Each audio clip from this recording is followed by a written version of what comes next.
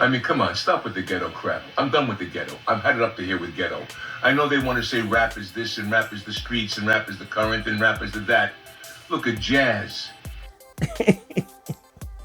The Super Bowl being too black, too ghetto, too ethnic. Really? Let's explore this and wait to the end to see who gets this week's Stomp Award. You don't want to miss this. Coming up next.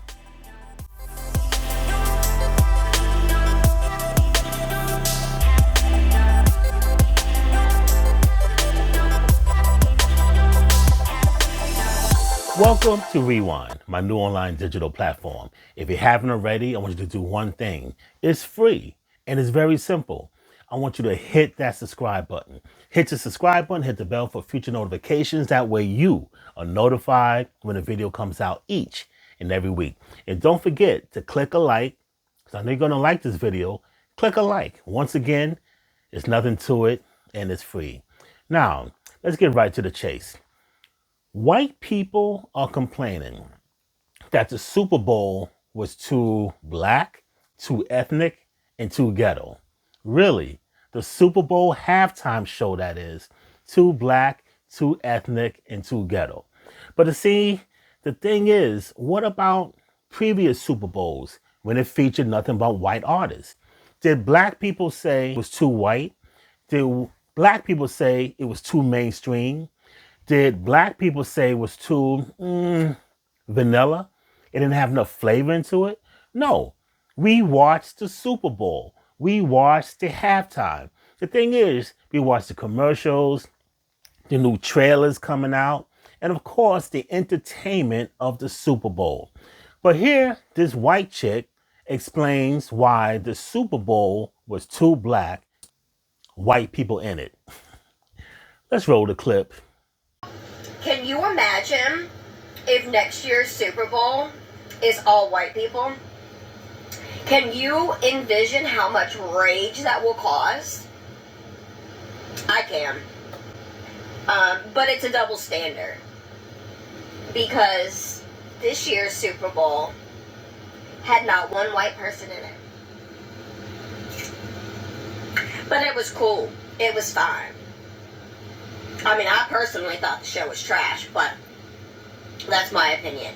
And I'm sure that I will get a ton of hate for this video because I'm white and I'm saying this. But you know what? White people can experience racism.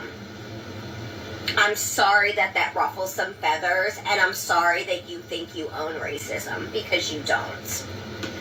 Grow up and do better. Guys, it's not that serious. It's football. It's an American pastime. It's the Super Bowl. It's the best of the best between the two quarterbacks. The best of the best between two teams. That's all it is. It's a game. You're not getting paid for it. These people are getting paid millions and millions of dollars. You acting like you have a part of it. Look at you. You probably live in a red state like Tennessee, Mississippi, Alabama. You got no frontiers. You got no running water. And the only thing you're complaining about is that the Super Bowl had no white people in it. Really? Is it that serious about the Super Bowl? It's a game. Enjoy the game. Enjoy the halftime show. Enjoy the commercials. The commercials had white people in it, but what's the big deal? It's a game. Years ago, I remember the Super Bowl halftime show was all white. We sat there and enjoyed it. It's a Super Bowl. It's a game. It's halftime. Is it that serious that in 2025, when you're finally seeing the black and brown of America, should I say the black and browning of America, is it that serious that people, white people, are complaining about a thing like a game, throwing the football around, the halftime show? But see, the thing is, everyone wanted to get rid of DEI. Get rid of it. Get rid of DEI. Get rid of affirmative action. Because if you want things based on that M word, merit, then let it be about merit. So if Kendrick Lamar is doing a halftime show because he won X amount of Grammys and he won on his, what is it? Merit. What you folks wanted, merit, then let it be. But see, the thing is, no matter what happens, you complain. It's damned if you do and damned if you don't. The thing is, what difference does it make what color? Let it be all Asians. Let it be all Muslims. Who cares? It's the Super Bowl halftime show. Let's sit back, let's relax, and let's enjoy. I mean, come on, stop with the ghetto crap. I'm done with the ghetto. I've had it up to here with ghetto. I know they want to say rap is this and rap is the streets and rap is the current and rap is the that. Look at jazz. The jump black and jazz blues artists. Give me the Count Basie band. Give me Duke Ellington's band. Give me the history. Give me jazz. You want to go black? Go art. Don't go ghetto. I remember growing up in the late 70s, growing up in the 80s, and when you turn on the TV, there was no one in television that looked like me. Everybody was white. When you watch Starsky and Hutch, white. The Brady Bunch, white. Everything was white. Comedy, white. Westerns, white. Dramas, white. Everything was white. This is before cable. Some of you wasn't even born in. We had channel 2, 4, 7, 9, 11, 13. And you switched to you. And in you got what? The Spanish-speaking cables, Spanish-speaking channels. So the thing is, there wasn't that much diversity on network television. I remember in the 90s, there was a show called the Essence Awards. And a white actor by the name of Howard Hessman, those of you who know, he played on WKRP in Cincinnati, head of the class back in the, I believe it was the late 80s, early 90s. Very famous comedian, actor. He was presented an award in the 1990s of Best Female Lead in a movie. Best Female Lead in the movie. This is the early 90s. He opened up the envelope and he showed the audience, the winner is. And guess who won that year? No one. No one. Because you know the Essence Awards is excellence of black excellence. Black entertainers, singers, people in the hierarchy like politicians. That was the Essence Awards. When he opened the envelope, there was no one, no female lead that won that category. You know why? Because there was no diversity in terms of black female actresses.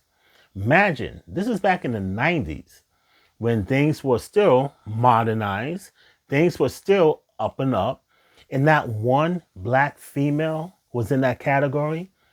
And one thing he said, being a white man in the industry, he's saying that in this day and age, remember, this is the 1990s, it is a shame that there is no female lead actress in movies, in television.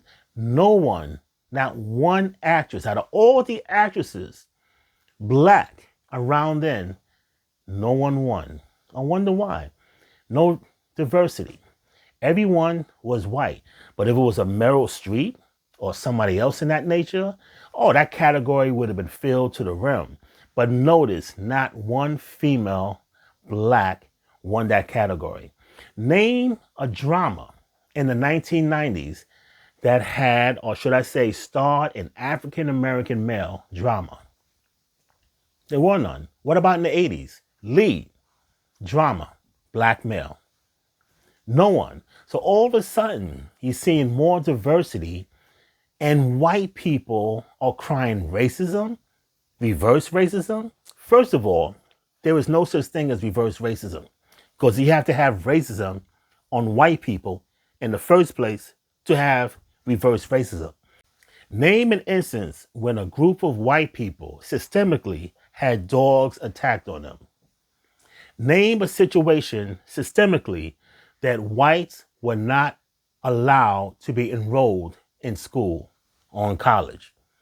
Name systemically that a white person was denied their rights to vote. Name one situation. So how could it be reverse racism if there wasn't racism on white people in the first place? So when you say something like reverse racism in something like the Super Bowl and people that look like you were not in the Super Bowl, well, that's an idiotic, stupid, asinine statement.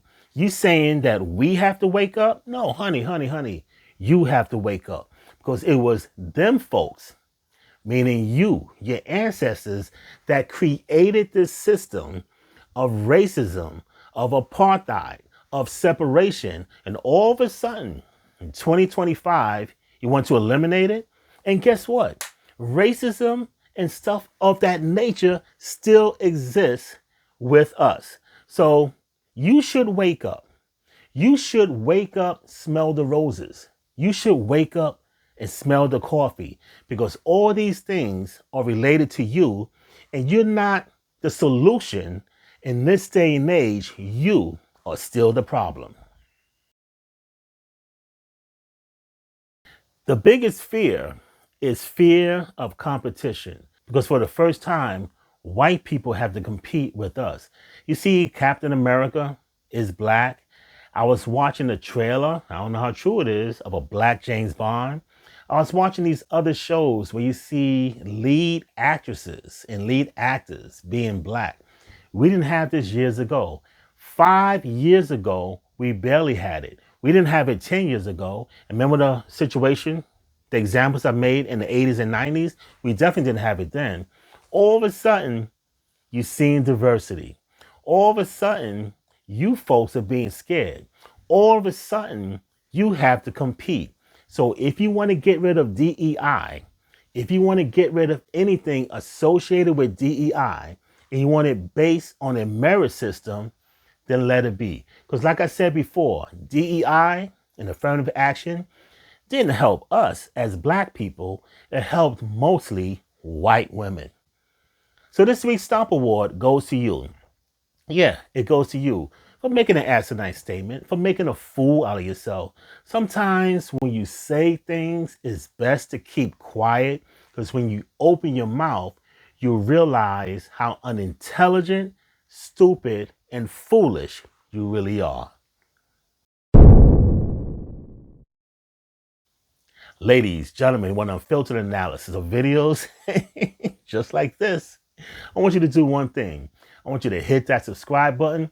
Hit the subscribe button, hit the bell for future notifications. That way you are notified when a video comes out each and every week. You're watching Rewind.